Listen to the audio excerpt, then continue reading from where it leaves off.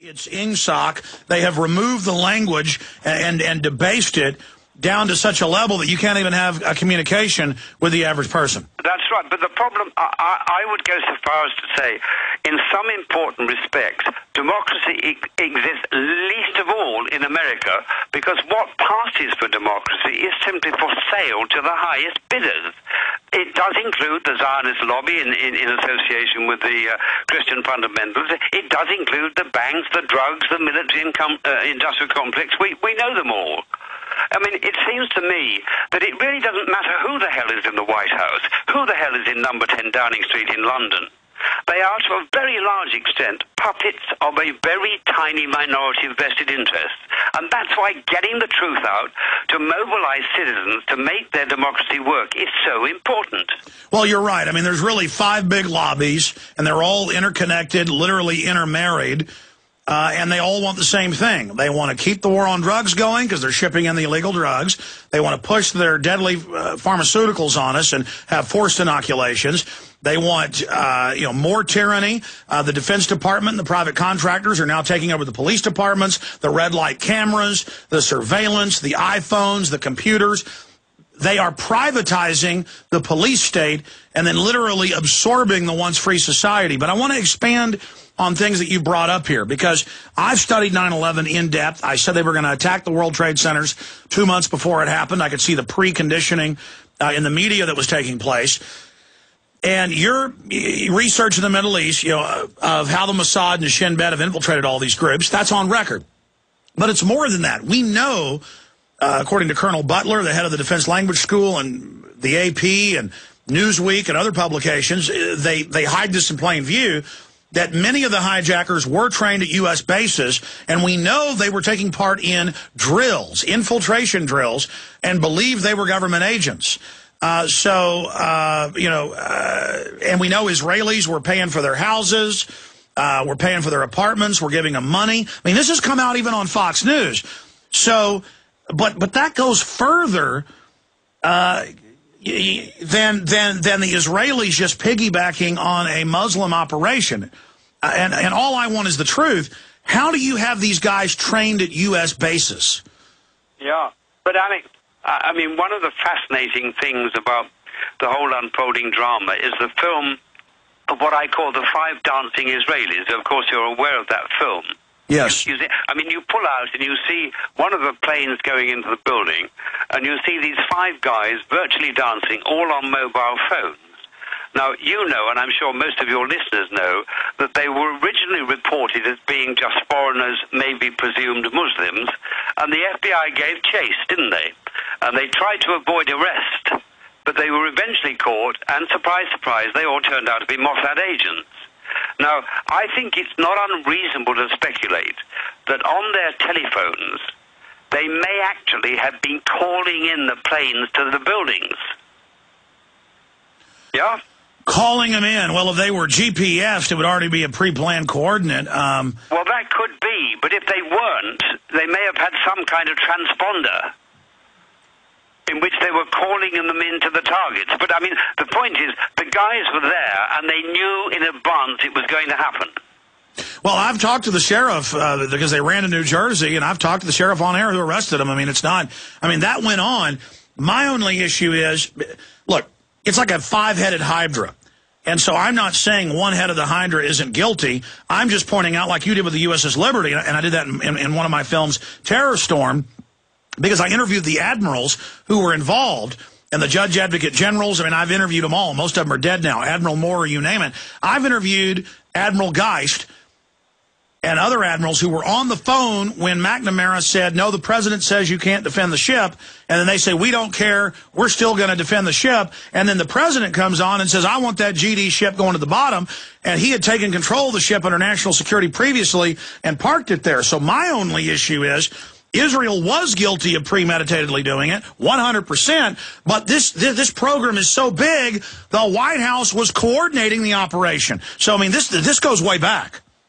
Yeah, I mean, I've got a whole chapter in my latest 3-volume book, which is titled Zionism, the Real Enemy of the Jews.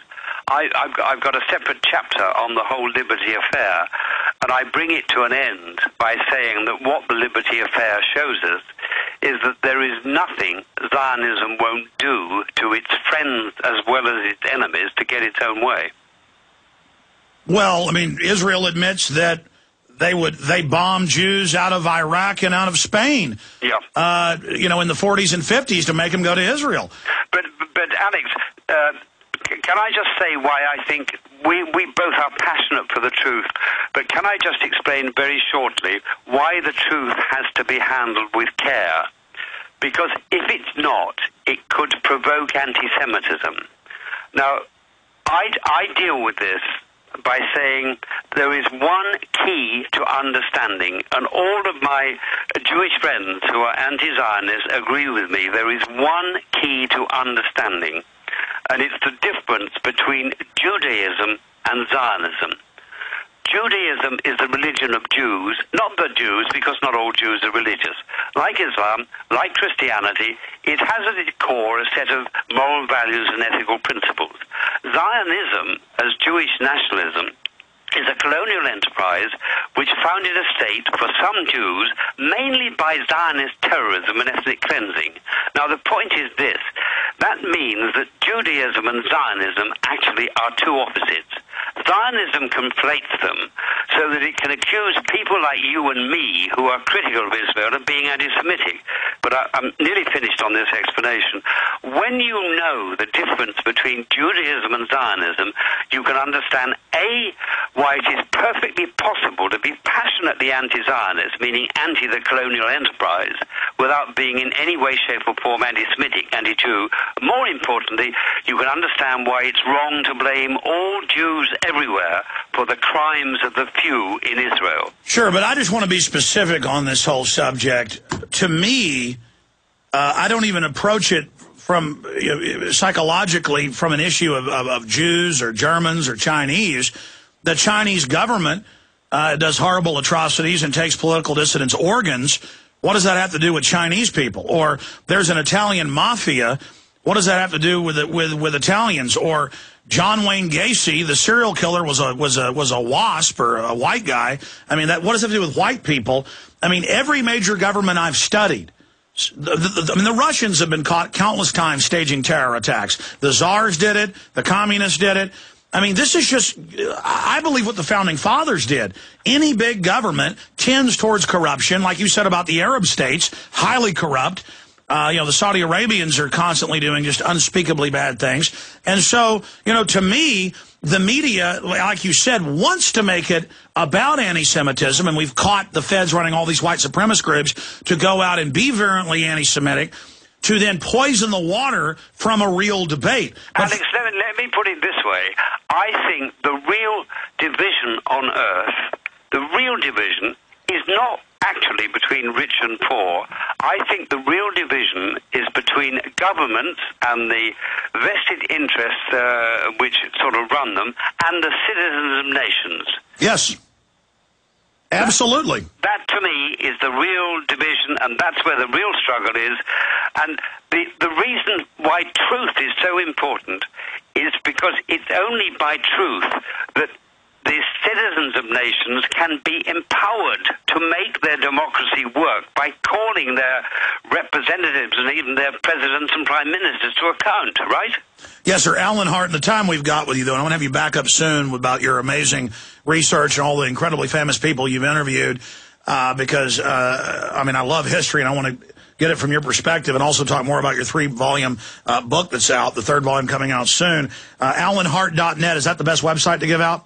Yeah, but there's also my American publisher, www.claritypress.com. ClarityPress.com, and we'll talk about the title of the book and more before you leave us, and I'm going to keep you a little bit in the next hour with Bob Chapman because this time is just exploding past us. But I want to digress now. Regardless of the players involved in 9/11, and we know U.S., British, and Israeli intelligence are all merged at the hip, so all three groups know what really happened. And there was a stand down of our air defense. Cheney was in control of it. There were Israeli spies all over the place. That's admitted. This stinks to high heaven. We know they blew the towers up. So let's go back to that, because I just want to have the national debate about what is the true story of 9/11? Because none of us are safe if that doesn't come out. Now, and we know governments have been caught staging events in the past to get us into wars. And we know about Operation Northwoods. So let's go back to the thought processes. You're a big independent journalist, author, top BBC, in the previously. 9/11 happens. What spurred you to talk to these colleagues, these top engineers? What was the process? What were the discussions like when they came to you? More details of of this info, and then your self-censoring, because we know a lot of other people did that. Go ahead. Well, I may tell you, when I first took the matter up with my world-leading technical consultants, I must tell you that their very first response was to say to me, Alan, it's possible that the planes did bring down the building, because although the burning fuel was not enough of itself to create the heat to melt the steel,